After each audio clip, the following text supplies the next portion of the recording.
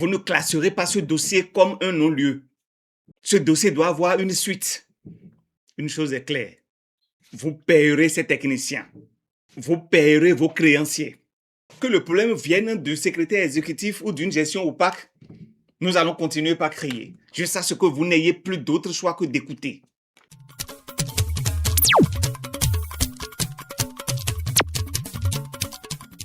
Comme j'ai l'habitude de le dire, il y a des moments où se taire devient une faute.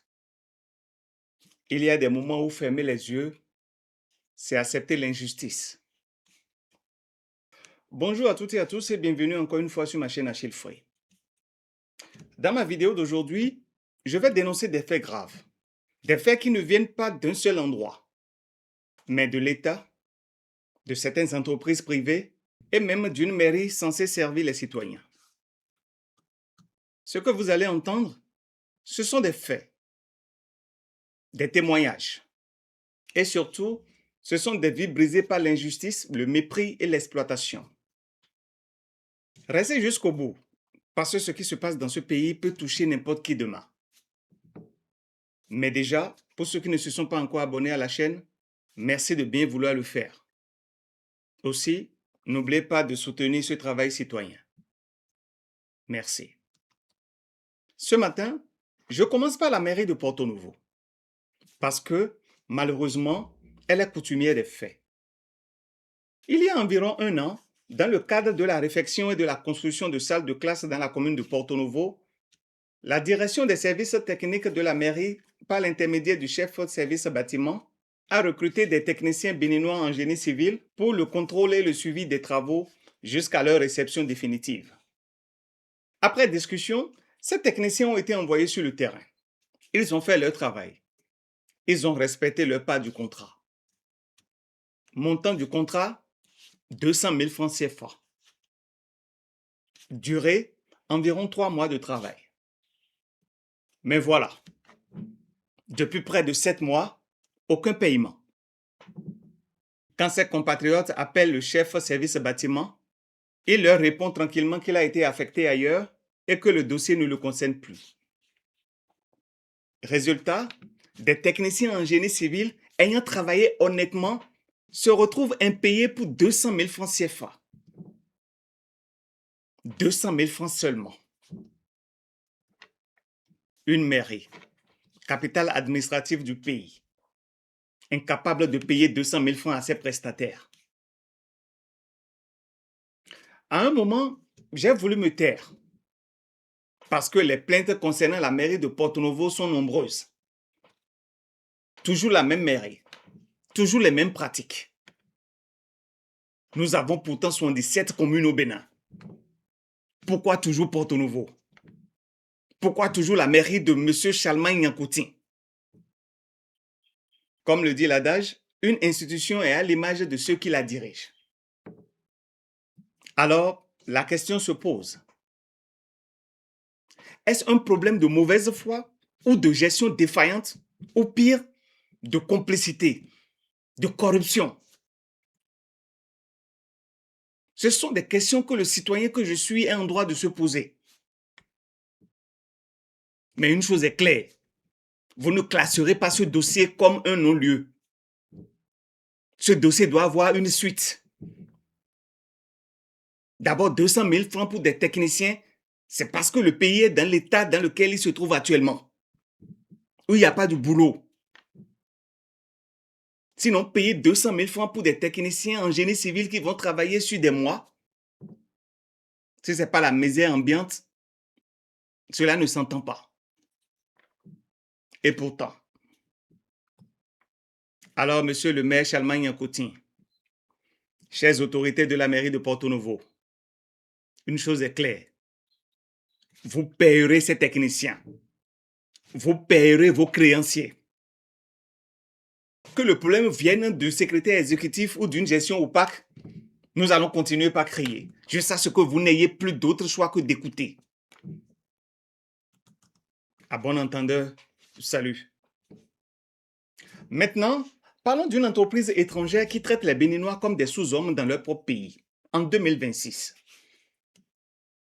Des pratiques inconcevables chez eux mais qu'ils se permettent d'importer chez nous. Puisqu'après tout, n'est-ce pas nous qui avons un code de travail qui esclavagise nos citoyens? Je parle de l'entreprise allemande de BTP Julius Berger, une entreprise qui reçoit des marchés publics payés par l'argent du contribuable béninois et qui, pourtant, soumet nos compatriotes à une forme d'esclavage moderne. Mais de quoi s'agit-il? Voici les faits. Réduction massive de l'effectif béninois. Chef chantier, animateur HSE, ouvrier, manœuvre, remplacés par des étrangers. Réduction successive de salaire sur une période de 8 mois, sans aucune explication, alors que l'entreprise continue de gagner des marchés. Dans une période de 8 mois, le salaire a été réduit 2 fois. Des licenciements abusifs devenus monnaie courante. 60 heures de travail par semaine, soit 6 jours sur 7, au lieu des 45 heures réglementaires. Des heures supplémentaires calculées selon des règles que seule l'entreprise maîtrise. Voilà les conséquences des lois votées par ces députés du BR et de l'UPR, ces partis du président Patrice Talon. Des lois qui ont transformé le travailleur béninois en variable d'ajustement. J'espère vivement que les autorités compétentes vont intervenir dans cette maison pour arrêter la saignée. Allons maintenant chez l'opérateur téléphonique Move Africa Bénin. Plus précisément chez l'un de ses sous-traitants, le master appelé Inacel Sal. L'opérateur téléphonique Move Africa travaille avec plusieurs masters. On peut citer entre autres Podicom dont nous avons parlé ici une fois, Inacel Sal, Senamede, Easycom, Sorok, etc. Aujourd'hui, je parle de Inacel Sal, le master qui, selon les témoignages, exploite le plus ses vendeurs motorisés, appelés les VM. Inacel Sal est le master de Move Africa Bénin qui couvre les zones de la Donga, du littoral, des collines, de l'Atakoa. Comme je l'ai déjà dit sur une ancienne vidéo où je dénonçais le comportement de Podicom vis-à-vis de ces VM, ces agents, ces vendeurs motorisés sont payés au prorata de ce qu'ils produisent. Le taux officiel de rémunération des vendeurs motorisés est de 1%. Mais ce taux est jugé trop élevé par Inacel Sal. Pour ce master, le 1% entraîne un trop perçu. Alors, il faut appliquer un autre taux réducteur à ce 1%.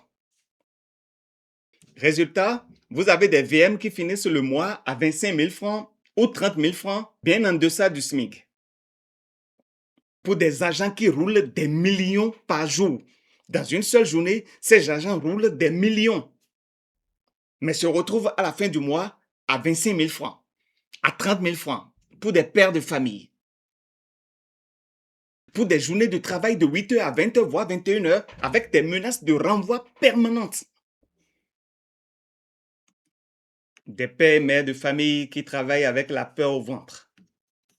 Ils ont le cœur qui bat chaque fois qu'ils vont au travail. Et que dire de l'escroquerie dont sont victimes ces VM? Des bons de carburant ignorés lors des inventaires.